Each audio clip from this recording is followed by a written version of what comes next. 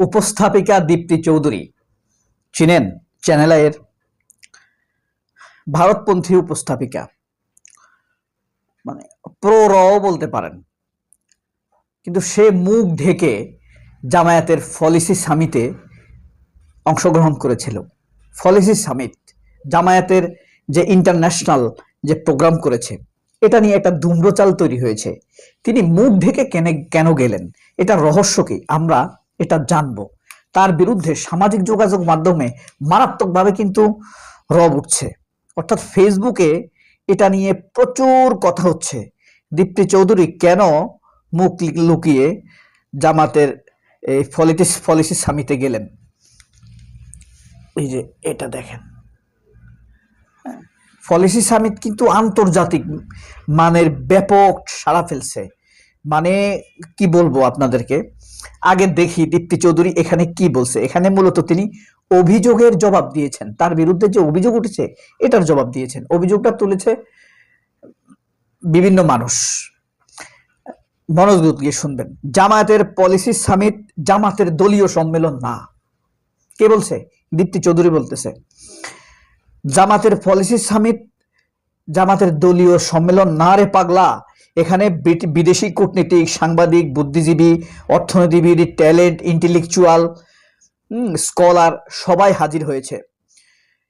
এবং আপনারা কি ভাবছেন, প্রতিশ্রুতি দিচ্ছেন, তা না মানলে আমরা প্রশ্ন করব কিভাবে? আমরা শোনার জন্য সেখানে গেছি। দীপ্তি চৌধুরী বলছে আমি জামাত না, আমি এখানে কি হচ্ছে, কারা আসছে, কি প্রতিশ্রুতি দিছে, এগুলা শোনার জন্য গেছি, যাতে আমি তাদেরকে পরে প্রশ্ন করতে পারি। তাহলে মুখ ঢাকলেন কেন? পরিচয় দায়িত্বশীল হিসেবে গেছি। মাস্ক পরলে একেবারে আপনি আমাদের চিনবেন না এমনটা ভাবার মতো বোকা আমি না। আপনি যদি আমাকে মাস্ক পরলে নাই চিনতেন, আমার যে উঁচা লম্বা দেহ, আমি শুধু মাস্ক পরে নিজেকে লুকাতে পারবো না। আচ্ছা, শিক্ষিত মানুষজন আবার এসব পোস্টের স্ক্রিনশট নিয়ে নিজেদেরকে গোয়েন্দা ভাবা, শার্লক হোমস ভাবা শুরু করে দিয়েছে। এখন কথা হলো, তার এই কথা কি মানুষ বিশ্বাস করেছে? আসুন আমরা কমেন্টস পড়ি। কমেন্টস পড়েছে এখানে 1400, 168, 1500 কমেন্টস পড়ছে, 168 শেয়ার হয়েছে। আমরা কিছু কমেন্টস দেখি এইসব ব্যাপারে কি ভাবছে। পূর্ব থেকে আমি মোটেই দেখিনি, আপনাদেরকে লুকিং থ্রু দেখাবো। নাসির হোসেন নামের একজন বলেছে, যাদের কাজ এই গুজব ছড়ানো, তাদের জন্য আপনার এই স্পষ্ট জবাবটাই সেরা। একজন গণমাধ্যম কর্মী হিসেবে আপনি সবখানে গিয়ে তথ্য সংগ্রহ করাটাই স্বাভাবিক। এটা সত্যি কথা, তাই না? সে, আমরা তাকে যতই খারাপ জানি যাই বলি না কেন, তাকে ইনভাইট করছে হয়তো সাংবাদিক হিসেবে, এই কারণে সে সেখানে গেছে। সে একজন সাংবাদিক না, গণমাধ্যম কর্মী, সে সেখানে দাওয়াত পাইতেই পারে। তবে গণমাধ্যম কর্মীদের বা সাংবাদিকদের মধ্যে, তথাকথিত আর কি সাংবাদিকদের মধ্যেই রয়ের লোক বেশি, ভারতের দালাল বেশি, কারণ এদের দ্বারা গোপন তথ্য সংগ্রহ করা সহজ। আচ্ছা, এই ভালো কথার দীপ্তি খুব খুশি হয়েছে, জবাব দিছে, বলছে অসংখ্য ধন্যবাদ। যাই হোক, এটাই তোমার জন্য শুভকামনা রাজাকার দাসী। কাব্যের শহর নাম লেখে না, এখানে লেখছে রাজাকারের দাসী। কাব্যের শহর গত 17 বছর কারা গুপ্ত ছিল জাতি জানে, আর আপনার আইডিটাও একটি গুপ্ত আইডি। দয়া করে নিজের আইডি কমেন্ট করুন। এমডি আমিরুল ইসলাম বলছে, যাই হোক, গুপ্ত কর্মী তো আর বলে নাই। এরপরে আব্দুর রহিম বিন মুস্তাফা বলেছে, দারুণ জবাব দিয়েছেন। এরপরে ভীষণ বলছে, দীপ্তি তুমি তলে তলে জামাত হয়ে গেছো। জাহাঙ্গীর আলম, সাহসী লেডি, এগিয়ে যাও। তুমি কি, তোমার শাড়িটা কি জামাত কিনে দিয়েছে? মানে এত নোংরা কমেন্টস করার দরকার আছে? করিমন মালা,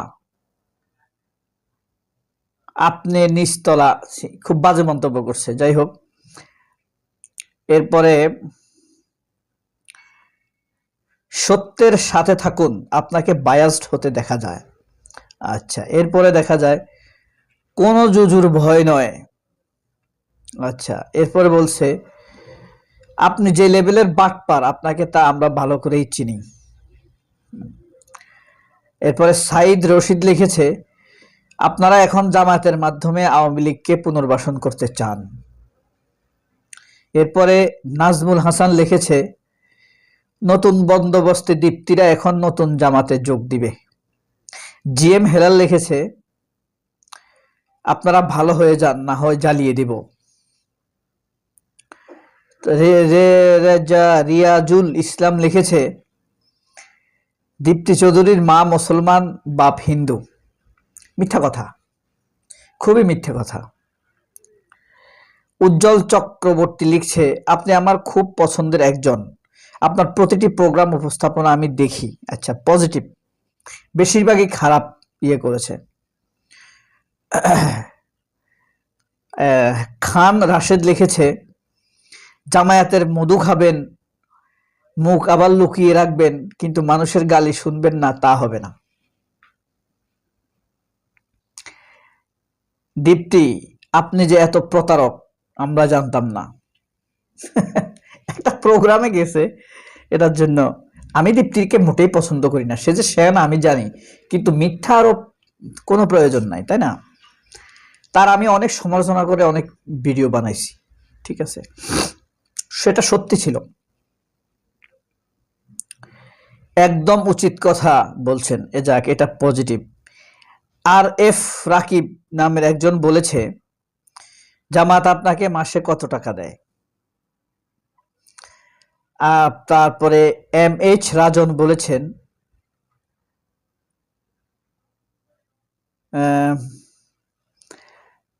ঝুটি করা চুলওয়ালা ভাইটি সম্ভবত রিয়াজুল করিম চৌধুরী কাজল ভাই।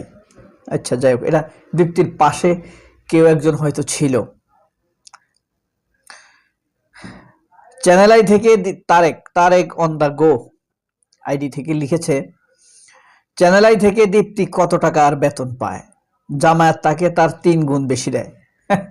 জামাত কেন তাকে তার 3 গুণ বেশি দিবে? জেসমিন নূর লিখেছে, দীপ্তি চৌধুরীর শুধু নিচতলা না, আগাগোড়াই। খুব খারাপ কমেন্টস লিখছে একটা মেয়ে, জেসমিন নূর। এমডি রফিক হক লিখেছে, আপনি একজন সংবাদকর্মী, সেখানে গিয়েছেন, খুব স্বাভাবিক,